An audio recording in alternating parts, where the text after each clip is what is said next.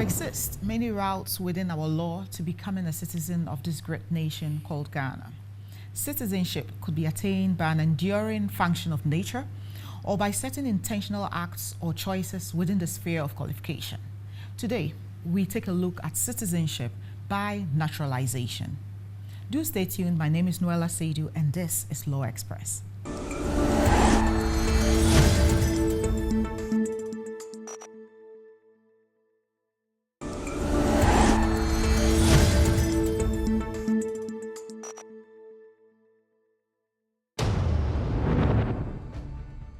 Kofi Owusu-Ampiao is a private legal practitioner who enjoys movies, reading, and soccer in his spare time. As a private legal practitioner who spends his leisure time reading, playing with his children, and engaging in football. Noella Seidu. She's a private legal practitioner and a consistent member of our 3-lawyer panel on the show every week. She also doubles as the host of the show. She likes to play tennis and read. There are many ways of acquiring citizenship in Ghana. Okay. The laws of Ghana recognize citizenship by birth, by naturalization, and by registration. There's also 2 exceptions where, for instance, a child who is not more than 7 years is found in Ghana and the parents are unknown, the child is deemed to be a citizen of Ghana. Also, where there is an adoption and the child is not more than 16 years, the child can be recognized as a citizen of Ghana. However, our focus today will mostly be on citizenship by naturalization. Great. The laws of Ghana, based on the Citizenship Act passed in 2000, provides the various steps by which a person can gain citizenship of Ghana through naturalization. Great. Before we go into the steps and the requirements on all of that, we need to still put the generics in perspective. For instance, who is the one who the law authorizes to give or grant citizenship to another person? So citizenship, like he said, it's a matter of law, and it is conferred if you are not acquiring your citizenship through what we call jus sanguinis, as is blood relation. So if you are acquiring it from any other, then it is conferred on you.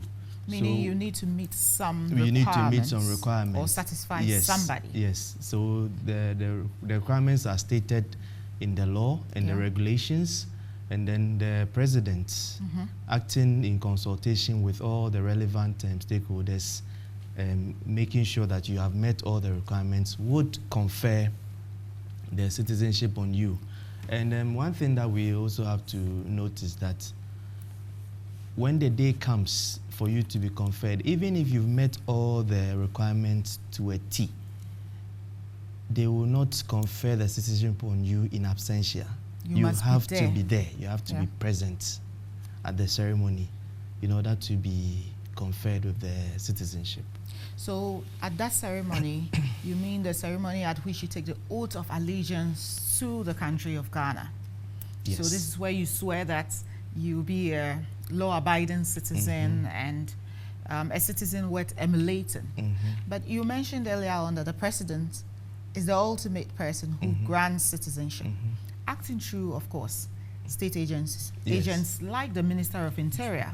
Application might be processed at the Ministry of Interior. We require that the minister is satisfied that you are fit and worthy of being Ghanaian. But at the end of it all, if the president says he approves, you get it. If the president says, I do not approve, you will not become a citizen of Ghana. Let's then go to what would make a person qualify to naturalize within our laws. Taking the laws of Ghana into consideration, the law requires that the Minister of Interior, with the approval of the President, may issue a certificate of naturalization to a person of full age and capacity. And a full age and capacity here is very, very important because it means that the person should have been adult enough to be able to make the decision that he wants to acquire the citizenship of another country. Also, the capacity means that the person should be sane enough or should be aware of the decision he's making. So for instance, if you're a foreigner and you're in Ghana and you find yourself drunk or under some mental illusion, you cannot, for instance, be regarded as somebody who is willingly applying to be naturalized as a citizen of Ghana. I see this example to be a bit far-fetched because of the process that goes through. You know, it's not a single day transaction. No. So probably if you were drunk the first day, over time you realize that this is serious business. Yes. And where we do not have any kind of arrangements where you could probably have dual citizenship of your primary country in Ghana, you might be losing permanently your first nationality. Yes. So there are implications to this thing. So I was actually about to go there. Yeah. That in certain countries, you are not allowed to hold the citizenship of another country At the same time. At the same time, together of what you have.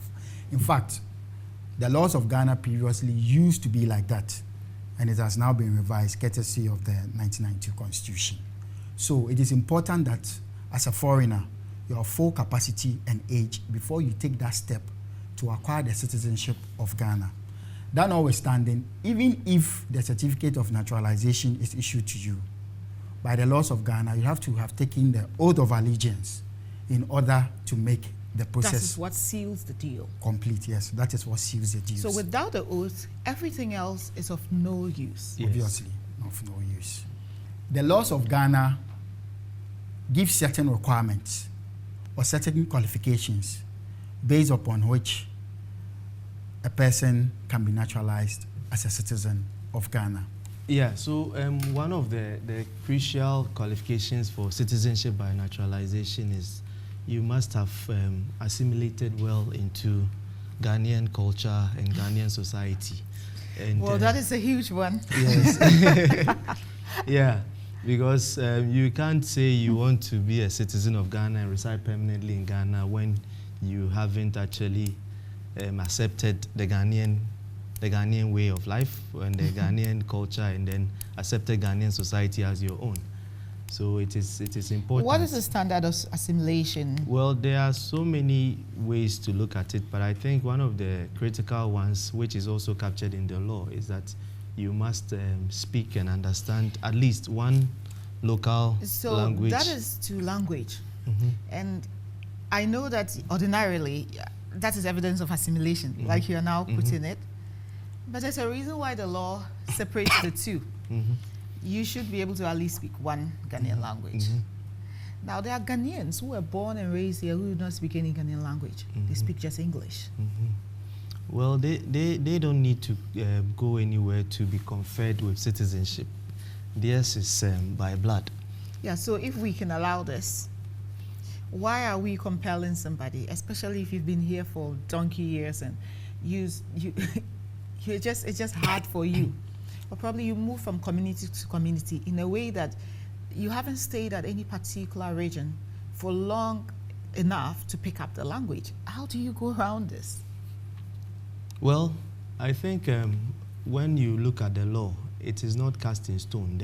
There's also a provision whereby the minister can decide that he would forgo one or two requirements in order for you to be conferred with the citizenship.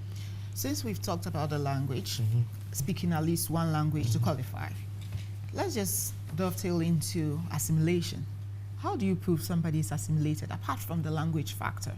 Since another requirement is that the person applying to be naturalized here has to be somebody willing to permanently reside in their jurisdiction, then the person obviously has to at least identify with a certain culture of the people. Because how do you permanently reside in Ghana when you still, for instance, want to live your way of life like maybe a Western culture? Not to digress so much from the point. Imagine, for instance, the Western culture of maybe same-sex marriages and all that. It is not something that is practiced in our culture right now. So if you truly want to be naturalized and you truly want to permanently reside in their jurisdiction, then I believe that a certain culture group of Ghana should be imbibed in you, such that you can really live with the people and really show that intention to live permanently within our jurisdiction. You know, it's really hard because these are not things that you can use some numbers or some metric system generally to measure.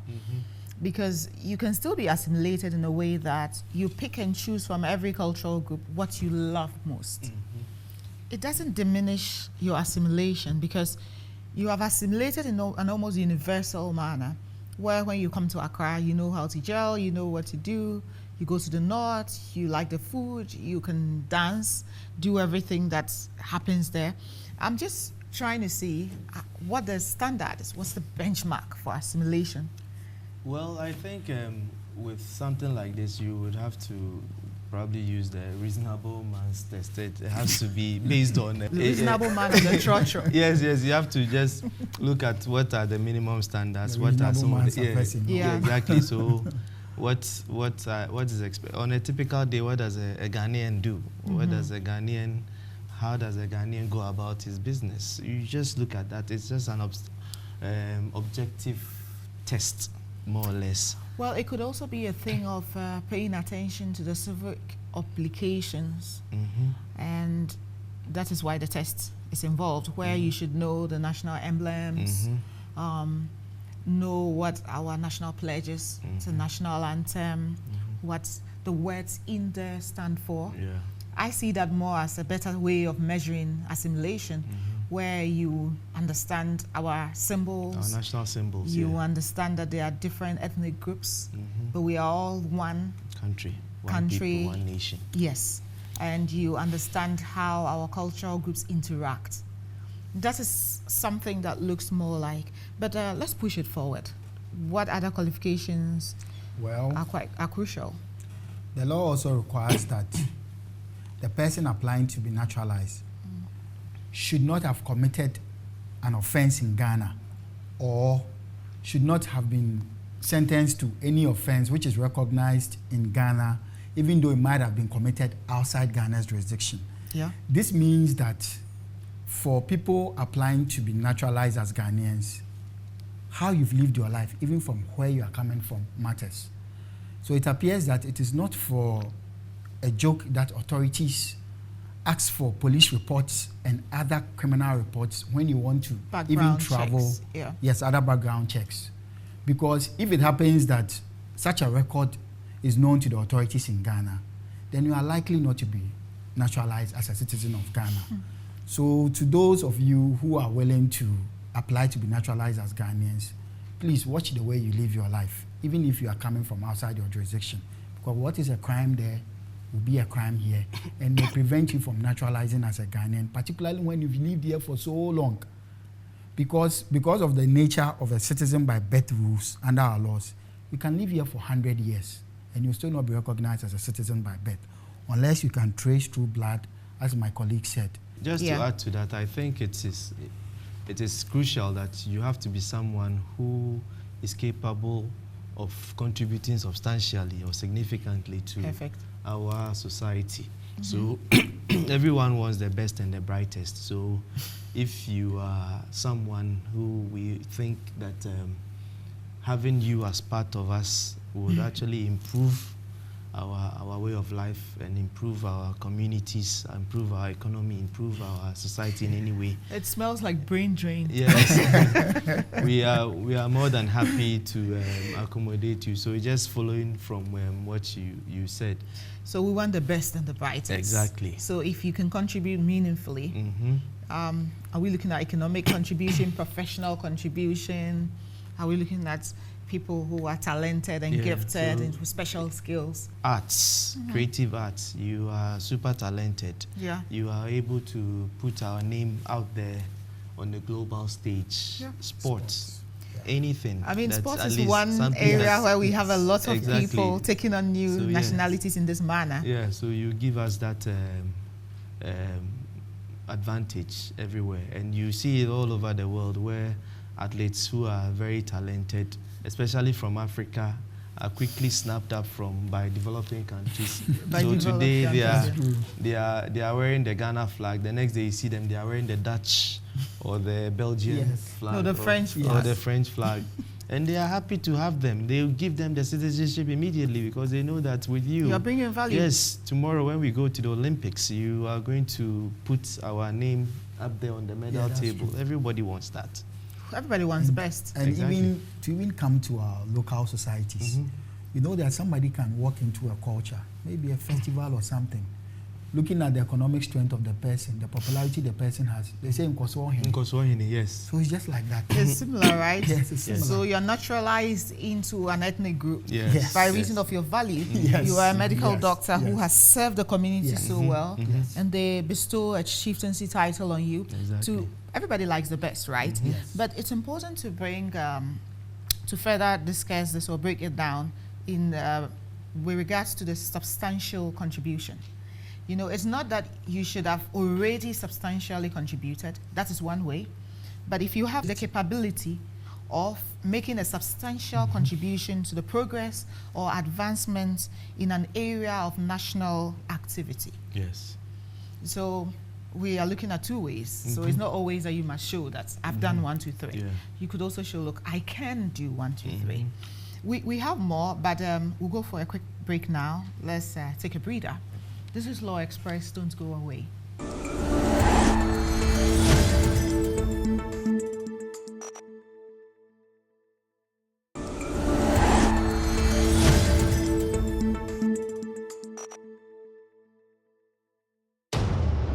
Yeah, so another qualification is that you must have also been here legally. So before you can qualify, at least one of the requirements is that you have stayed here for a reasonable number of time. There's the law actually makes an Gives a expressed period, duration. And you must show that whilst you were here, whilst you lived here legally. So you have valid resident permit up until the time you even applied for the naturalization.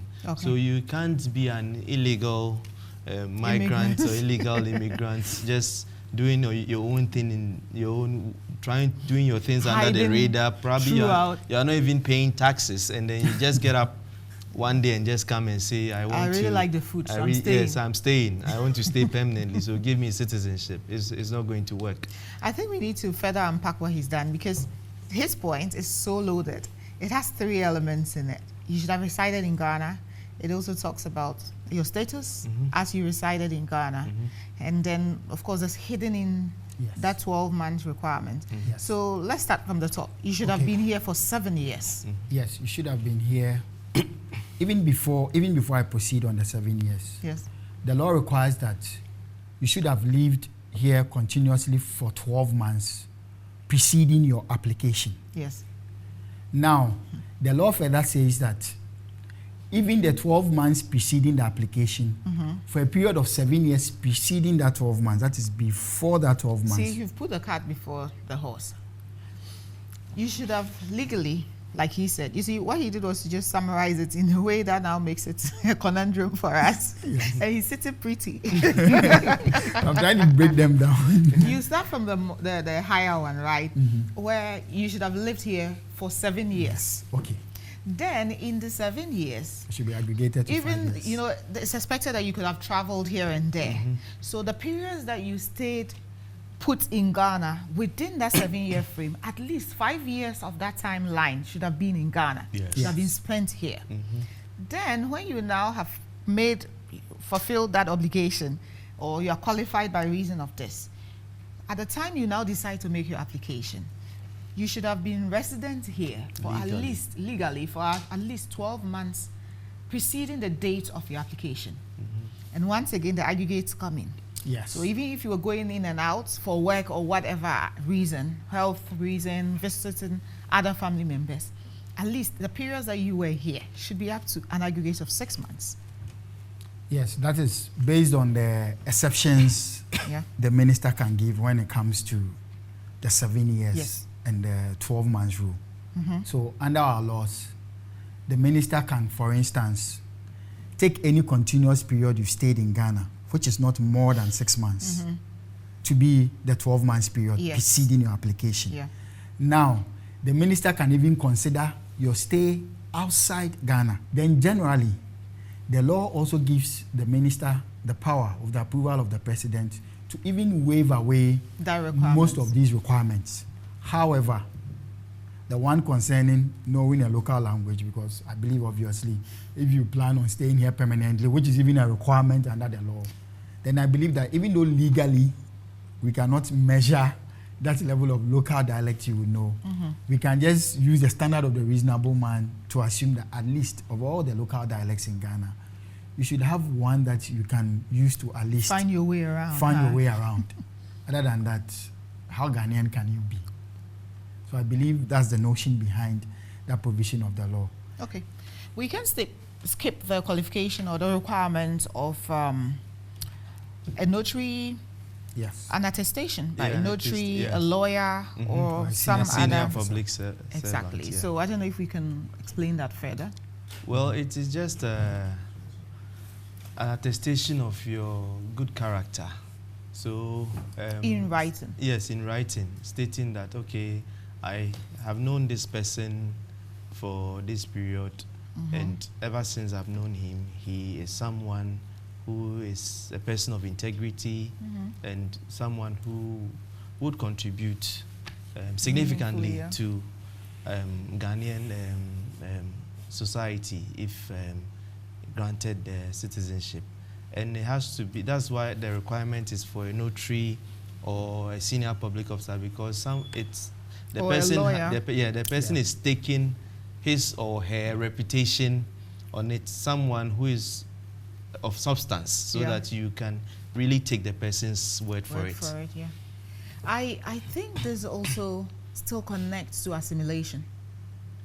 I mean, this is evidence that you've assimilated, because you can't just walk up to a random lawyer and say, can you attest to my character? Exactly. The person should know you. Exactly. So if you've been here for 7 years, the assumption is that you would know a senior public officer along the line, because you have to deal with state agencies, institutions. Yes. You're likely to know a lawyer to help process your stuff, even if it's just for your residency. Your resident permit, yeah. Exactly, and other things. If you have a business, you work for somebody.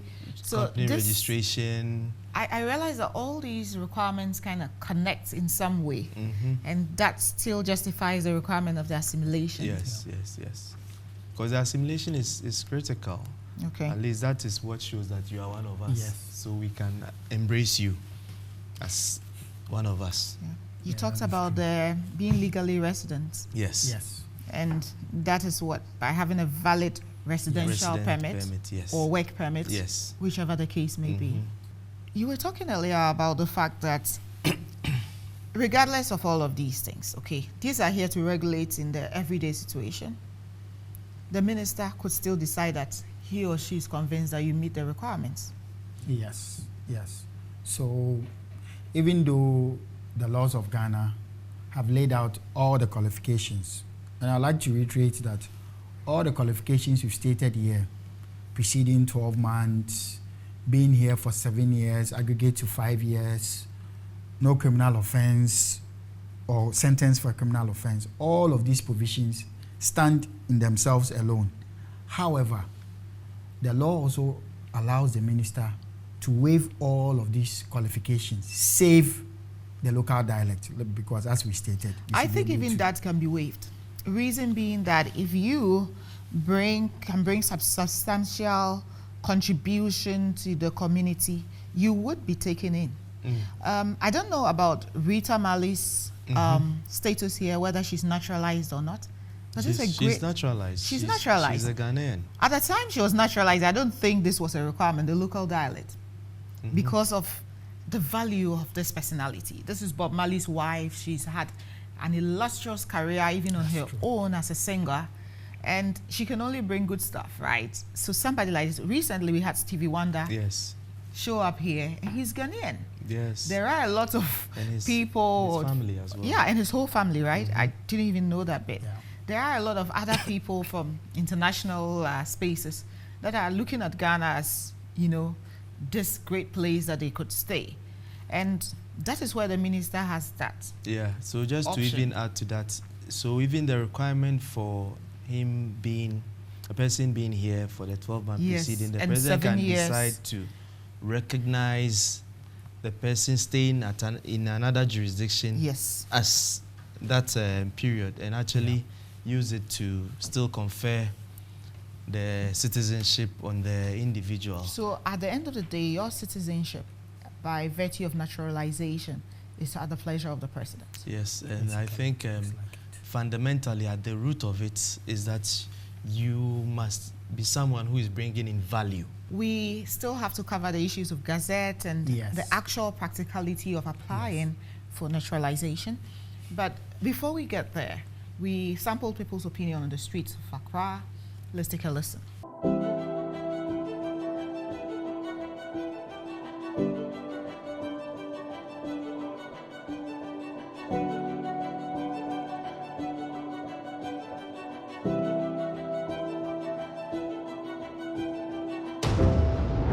One can actually become a citizen of Ghana by birth. I became a citizen of Ghana because both my parents are Ghanaians. So they gave birth to me here in Ghana, and naturally I became a Ghanaian. So we do not really have any descendancy from any other nation.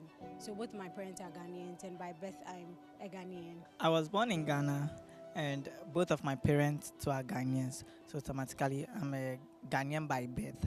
I was born in Ghana, so definitely I'm a Ghanaian, making me a Ghanaian by birth. Okay, so there are various ways to become a Ghanaian if you are not a Ghanaian citizen. And some of the ways are either through marriage, through adoption, or naturalization. With marriage, it's common.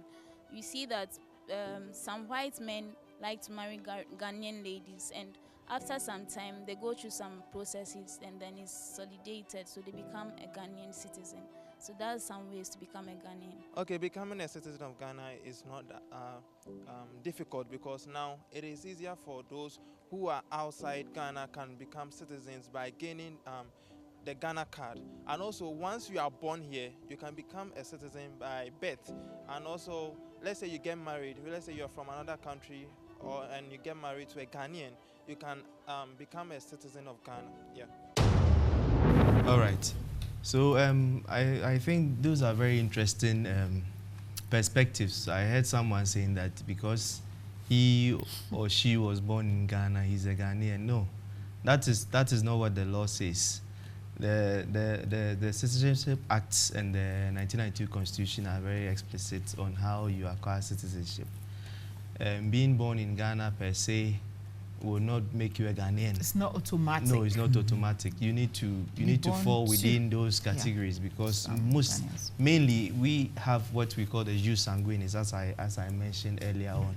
But you should have also met the criteria. So if you were born in Ghana by two non-Ghanaians who are still living in Ghana, whether permanently or not, you will not become a Ghanaian unless you take the steps as provided by law, depending on which category you fall in, before you can call yourself a Ghanaian. Yes.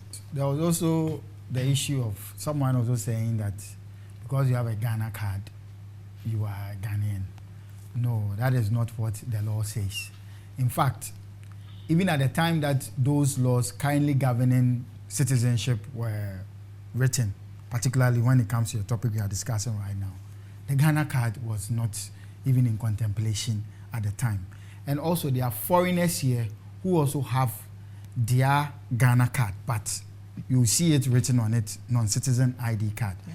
So the Ghana card is not something that is recognized under our law that if you have it, you are Ghanaian. Okay. No, you'd have to go through either by blood, as my colleague said, jus sanguinis, or the laws, as the laws of the territory provides, jus soli, and it's either by naturalization or by registration. Yes. Yes. It's important to reiterate here to our viewers that the Ghana card is not a passport, and the Ghana card does not also confer citizenship. Yes. Citizenship is by operation of the law, and there are many ways, and that is why we're having this conversation. Yes, so it is, the Ghana card is issued to Ghanaians and foreigners who are legally resident in Ghana. Yeah. So let's pick up the conversation further. Before we talk about publications, gazettes, oaths again, probably we should look at, you now meet all the criteria as we earlier on stated. What do you do? Where do you go? Where do you start from? As a lawyer, I will tell you, find a lawyer well-versed in the area to help you. It will come at a fee, but you're not bound. You can go to the relevant authorities and push your own application, and nobody's going to be in your way for as long as you qualify and you're willing to do the work. Like you said, I think the best approach for anyone would be to just get an expert who would advise you and who would take you through the process and cut out most of the legwork for you. All you have to do is just make sure that you reward the expert handsomely. The bar must prosper. So it is important. But nonetheless, you can still go ahead and do it by getting the application form and paying the appropriate fees. So but where do you go? I think we should you start would go from to there. the migration unit of the Ministry of the Interior, and that's where they will give you the appropriate forms. Yes. And then they will tell you what you need to attach to it, such as, let's say, your passport photos, the attestation. Okay, before we go into all of that, first of all, you walk into the Ministry of Interior and you go to the migration desk or department. Yes. You tell them that, look, I want to be a Ghanaian by naturalization. Then they give you a form. The form is not for free, viewers. They will indicate to you how much the form costs. You purchase it, and you fill the form. Yes. And that is when you attach the other things. Yes. Like an application letter addressed to the Minister of Interior, applying to be naturalized. That's notwithstanding. The procedure there also says that notwithstanding, you would need 4 recent passport size photographs to add. Then, when the application is done, the forms are filled And submitted. Yes. It is sent to the immigration office. And then, but before it's sent in, it will be acknowledged. Yes. And then you'll be communicated to that they are moving your application from the ministry to the immigration services. Yes. And that is where the real work begins. Exactly. Yes. Because they would have to vet your application thorough and investigation. then just to make sure that indeed you are who you say you are, and you are not someone that we are going to grant you and then you become a thorn in our flesh. Yes. So the vetting is very, very crucial. Yes. This is where they are doing background checks. Your criminal records could come Exactly. Yes. You do a medical exam at the immigration hospital. Mhm. You would have to take an exam. They may come to where you live to check if you really live where you claim to live. It's like they're going to turn you upside down to be Yes. sure that you are worthy of the citizenship that you seek. Yes, they need to verify all the information that you have provided to make sure that indeed you have not perjured yourself, you haven't actually misinformed them just because you want to get a particular advantage. Yeah. So every information, so you need to make sure that you provide information which to the best of your knowledge is true And factual. and factual. Yeah. And don't make up anything, because when they decide to go into it, they will dig up everything. And once you lie once, And it can block your chances yes, forever. so all the work that you've done, everything that you've attained, all the criteria you meet will just be jettisoned simply because you decided to put yes where you were supposed to say no.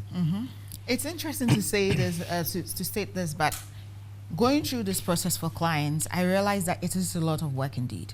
Look, they are going through all the way to your grandparents and where they lived, if whether or not they are alive, their last place if they are no longer alive. It's a really gruesome process. But once they are satisfied and their investigative reports is finalized, it's brought back to the ministry for further action. And that is where they would also do their final checks. And if they are okay with it, they once again move it to the presidency. Yes. So the presidency will just now have to satisfy itself To approve. to approve Yes. it. Because they would make a recommendation whether they believe that this person should be approved or declined. Yeah. So once they make the recommendation, then the president will decide that, okay, we are going to go ahead and approve or decline it. And then within 3 months of registration or submission of the... Are you going straight to Gazette? Yes. Should we talk about the Gazette? I was thinking about the fact that they have to take the oath. Yes. Because once the president has approved, then they come back, they bring you back to the Ministry of Interior. They will indicate when you take this oath and where. Even before the oath, you have to come back to do some more paperwork. You may pay a fee for the event. They will take all your 10 fingerprints at the Ministry of Interior as one of the final steps. Then you can have the set. Normally they will withhold the set, though it's ready, and probably hand it over to you at the ceremony. Yes. So on the D-Day, that's the most important thing. Yes. You assemble at a hall. Yeah, that's why earlier I said that you have to be present. Yes. You will not get it if you are absent. You cannot say, oh, I've met every criteria, but I need to just make a quick trip to London and come back. So you go and then I'll pick up my set later. No, at best, what they can do if you're absent on the day of the oath is to keep you till the next batch is ready. Yes. But that period, by missing that event, you have missed the most important factor. And the oath is normally administered by a judge. Yes. That is crucial. It can't be any regular officer. It's a judge because it's a legal process. It's a very serious thing that you're doing because now your personal law is Ghana law. It has too many implications. Yes, and the president, the head of state himself, is conferring the citizenship on you. Yeah. So it is not something that you toy with. It's not something that you take for granted. Great. Yeah. We've talked about that, and should we add on with the gazetting process? Okay, so the gazetting process, the laws requires that within 3 months after any application for naturalization or where the naturalization process has actually gone through, same should be gazetted. And the purpose of this gazette is to bring it to public attention, is to announce to the whole Ghana that this person has either one, applied to be naturalized as a citizen or has gone through the process and is now a naturalized citizen of Ghana, or simply put, a citizen of Ghana. But I would want to put a caveat in here that even though a person has gone through the process, the citizenship by birth, by blood, that one is an automatic citizenship that cannot be taken away from you. The evidence of that is your birth certificate at the time of birth, mostly. Yes. So I would also want to draw the attention to anybody applying to be a citizen that under the Constitution of Ghana, the Attorney General may, by an application to the High Court, apply for your citizenship to be revoked. Yes. And one of the grounds is that by naturalization, any other. Yes. Which is not by birth. Yeah. So in the process of making the application, you might go through, get the citizenship, but certain facts may later come out that either you are fraudulent or you misrepresented certain facts to the officials in Ghana. So I'll still implore anybody applying that make sure that the facts that you put there are true and they can always be confirmed. Yes. Other than that, even if you've acquired it for 10 years or 20 years, they can still be taken away from you because it is not citizenship. This is a great point to go for a quick break.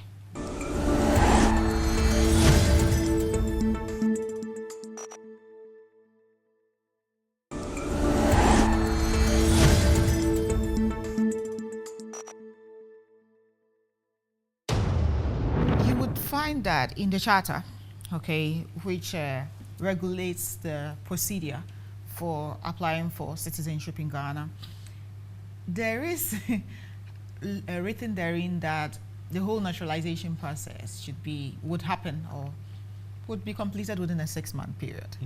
But you and I know that in practice, there are people who can chase this thing for 4 years and still be at it. It boils down to several factors. One, how much or how quick you are to bring the information that you're required to. For instance, if you are required at some point to go to the immigration hospital to do your medical exam, and you decide to be traveling around the world and you don't do it timeously, it affects your process.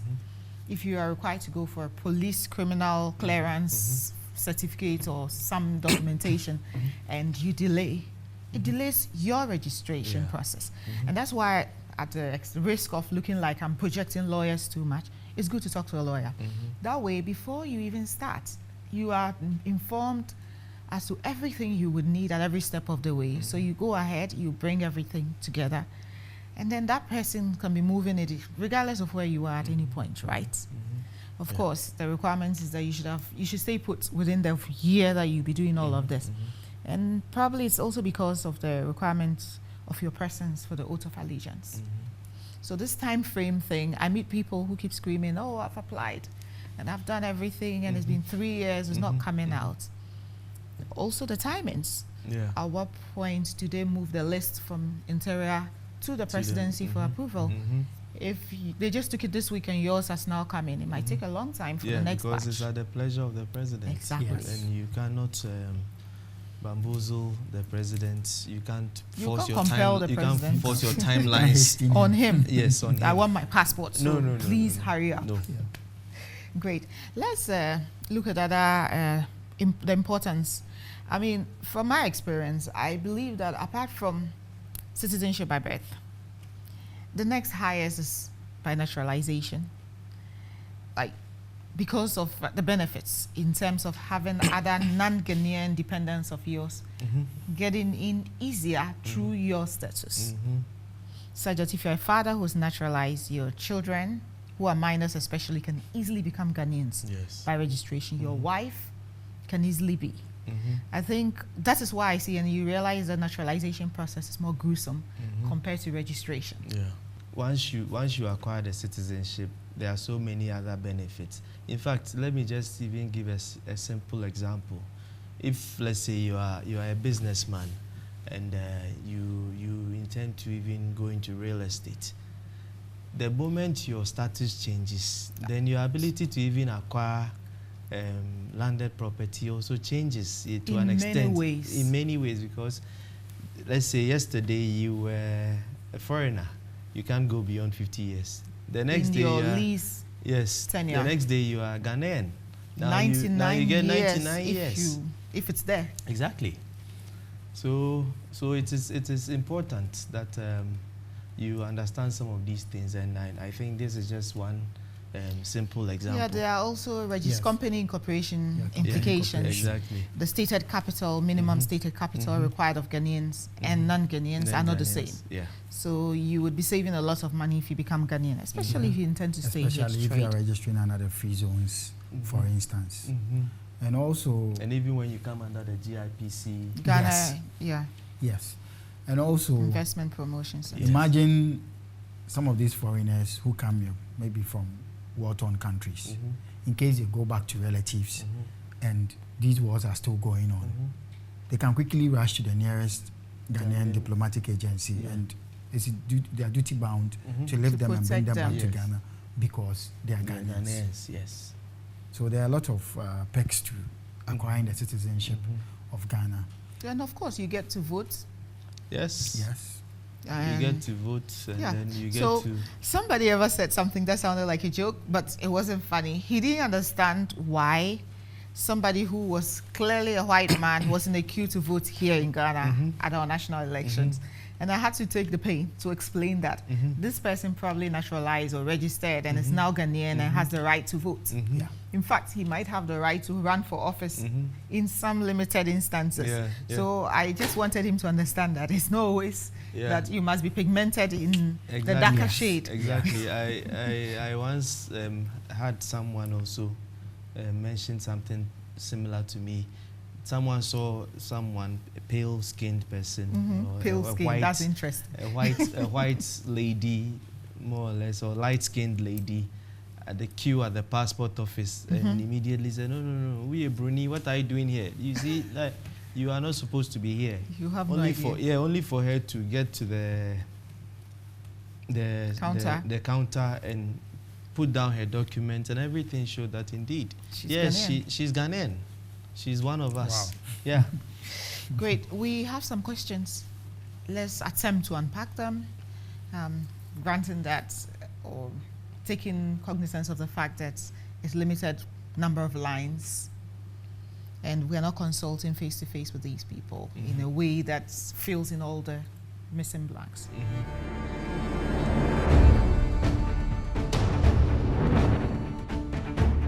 lived and worked in Ghana since 2019. I own a few properties here and have one child with a Ghanaian. I'm not married to my child's mother. Am I eligible for naturalization? I want to stay to raise my child here. Yeah, so since 2019, we don't know for sure whether the 2019 he has been here throughout and has not even stepped out of the country. But the law talks about 7 years, and he hasn't attained the 7 years. Met the threshold yet. So unless the minister decides to exercise discretion and probably waive some of the requirements, he still hasn't met the threshold, and will not be eligible to apply for citizenship by naturalization. Yeah, but I see that he has property, which shows that at least he has some economic probably arrangement going on here, yeah, so which might be beneficial. That will count for him in eventually when we get to that point where we are looking at how he will contribute significantly to our economy or our community or society. Another thing that's striking is he never indicated if he's been legally resident here. Mm-hmm. You see, living here for 100 years without a legal backing takes away everything. Yes. So, like I said, we are unable to ask follow-up questions. Yes. So he hasn't made us know if he's been here legally or he sneaked in through the borders. Mm-hmm. He talks about a Ghanaian baby mother. Mm-hmm. Okay, a woman he's had a child with, But not married. but not married too. Okay, unfortunately, you cannot. Your child, if the child's mother is Ghanaian, might be Ghanaian, but children don't confer citizenship on their parents. It's the other way around. Like you can get from your parents, but not the other way around. Yeah. So he just has to meet our 7-year threshold and make sure that it was a legal stay within the 7 years. Yes. So once you meet the 7-year threshold, then we can look at the checklist and see whether all the others fall into place. Would you say find a lawyer near you? Yeah. And you can be guided as to how to make sure that you're eligible. Exactly. Yeah. My employer brought me to Ghana in 2010. I have since changed jobs and continue to live in the country. Can I apply to naturalize even though my visa expires next year and my contract with my current employer terminates shortly after? So this person has been in Ghana since 2010.